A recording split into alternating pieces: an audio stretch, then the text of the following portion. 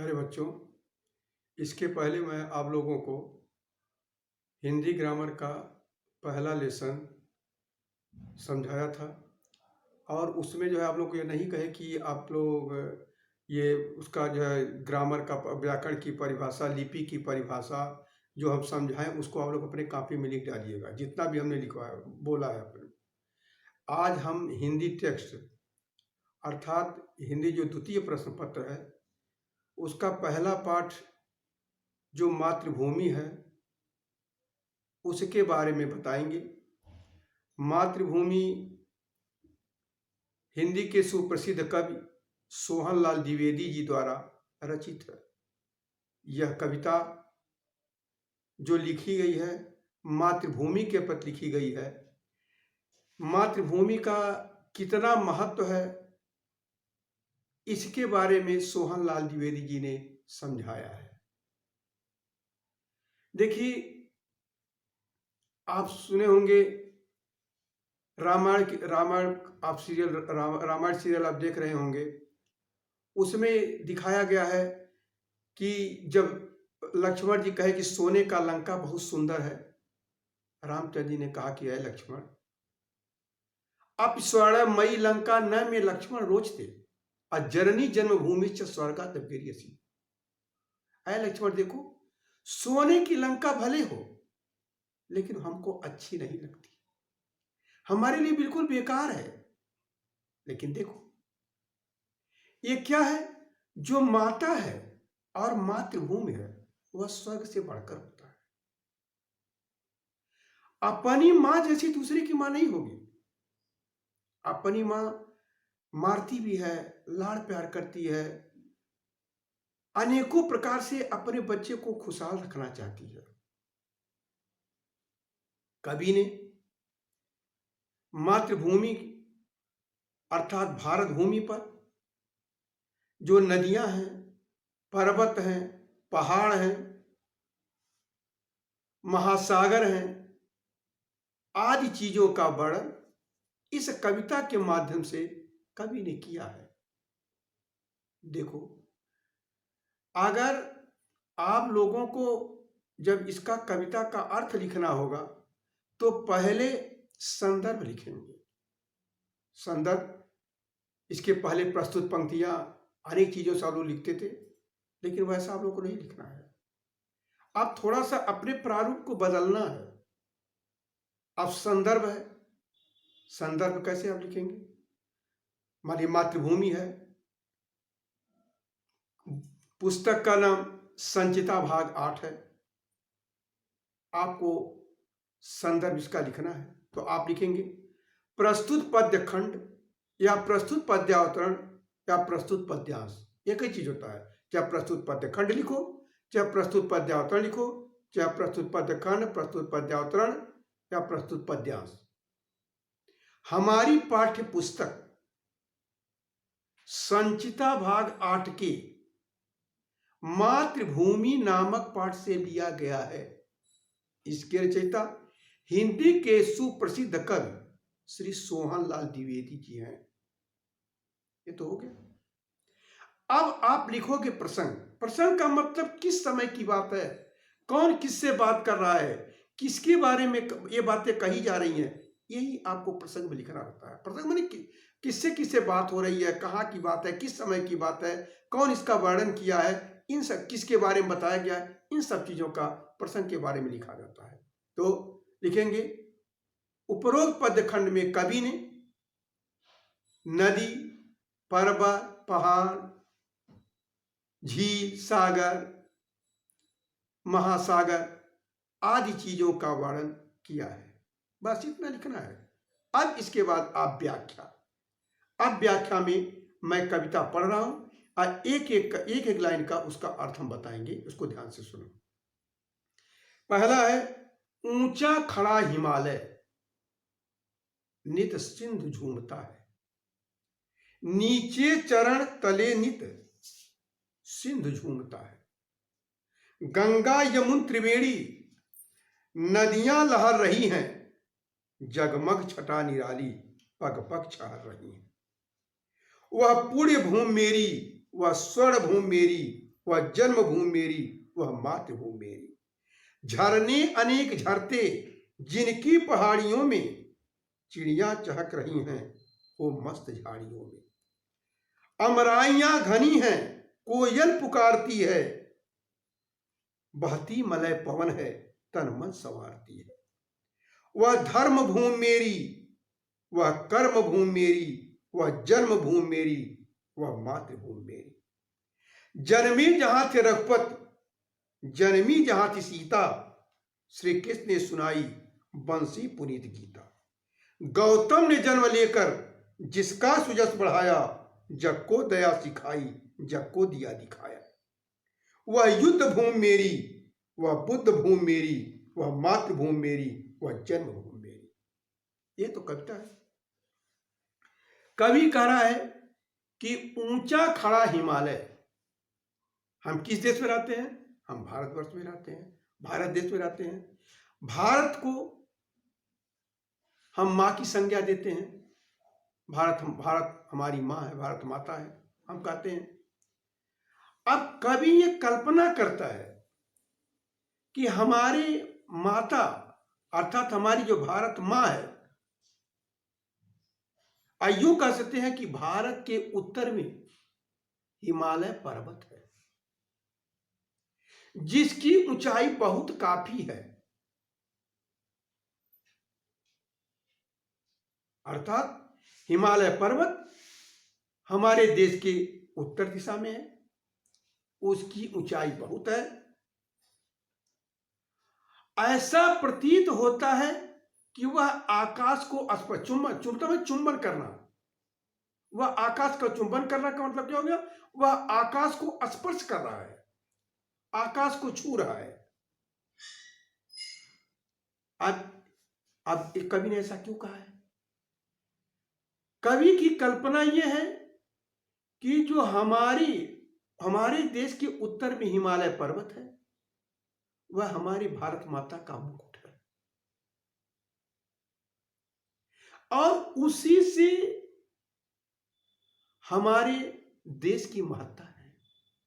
वह हिमालय पर्वत हमारे देश की रक्षा करता है। हिमालय पर्वत के कारण हमारे देश में दुश्मन आसानी पूर्वक नहीं आ पाते। वह एक प्रहरी के रूप में है, वह खड़ा है प्रहरी के रूप में, और उसके सामने कोई जो है दुश्मन आ नहीं पाता।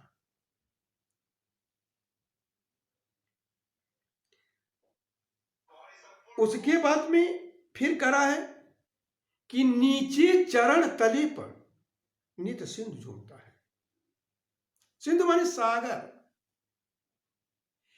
अर्थात भारत माता के चरणों के नीचे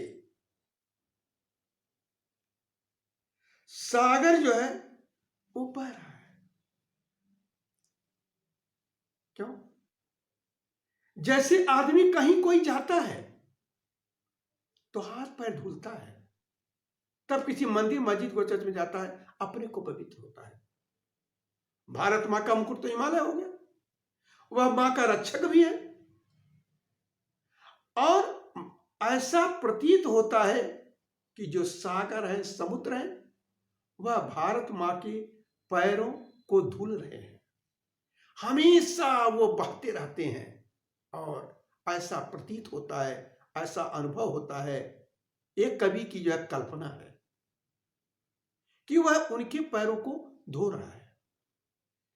उसके बाद कह रहा है हमारा देश ऐसा है, यहां पर 3 प्रकार की, गंगा, जमुना, सरस्वती, 3 नदियां हैं। तीनों का महत्व है। इनको त्रिवेणी कहा जाता है। गंगा, जमुना, सरस्वती, तीनों का पैगाम है। जहां पर तीनों हिल मिल जाए उसी का संगम नाम है। अर्थात गंगा, यमुना, सरस्वती, तीनों नदियां जहां पर आपस में आके मिलती हैं उसी को संगम कहते हैं। लोगों की ऐसी धारणा है कि यहां पर अगर हम स्नान करते हैं तो निश्चय ही हमको मोक्ष मिलेगा। लेकिन अपने देश के जो भारत थे, रामचंद्र जी के भाई, वह जो है वह नहीं मानते थे। जबकि प्रयागराज में है, प्रयागराज ऐसा है कि कोई भी उसमें नदियां स्नान कर ले, लोगों की मान्यता ऐसा है कि इंसान के सारे पाप धुल जाते हैं। लेकिन भरत जी नहीं, भरत जी का अलग ही व्यवस्था थी।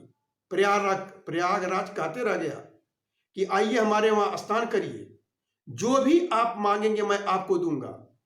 लेकिन उन्होंने कहा क्या कि मुझे तुम क्या दोगे? धन दौलत रुपया पैसा सोना चांदी हीरा जवाहरात दोगे? इसके आगे मुझे तुम क्या दे सकते हो? क्या चाहिए? क्या क्या मुझे संत का दर्शन करवा दीजिए। वो कहा तो ये तो मैं नहीं कर पाऊंगा। तो कहा मैं स्नान भी नहीं करूंगा। उन्होंने स्नान नहीं किया। लेकिन लोगों की यह धारणा है कि इस प्रयागराज में, इस गंगा जमुना सरस्वती, ये तीनों नदियां हैं, संगम में स्नान करने से आदमी को मोक्ष मिलता है। जैसे देखिए, आदमी कार्य करता है, कार्य करने के बाद में जब वह थक जाता है तो क्या करता है? जाके नदी में स्नान कर लेता है और उसके जो क्या होते हैं, उसकी जो थकावट दूर हो जाती है। ठीक उसी प्रकार से आदमी को जब पाप ज्यादा कर लिया है तो लोग सोचते हैं चलो गंगा जी में स्नान कर लेंगे और हमारा पाप धुल जाएगा। लोगों का विश्वास है, अब विश्वास ही फलदायक होता है। कह रहे कि जो गंगा जमुना सरस्वती है, अर्थात जो संगम है, जगमग छटा निराली पग पग छा रही है। छटा माने सुंदरता, जगमगाहट। जो गंगा जी है, गंगा जी के किनारे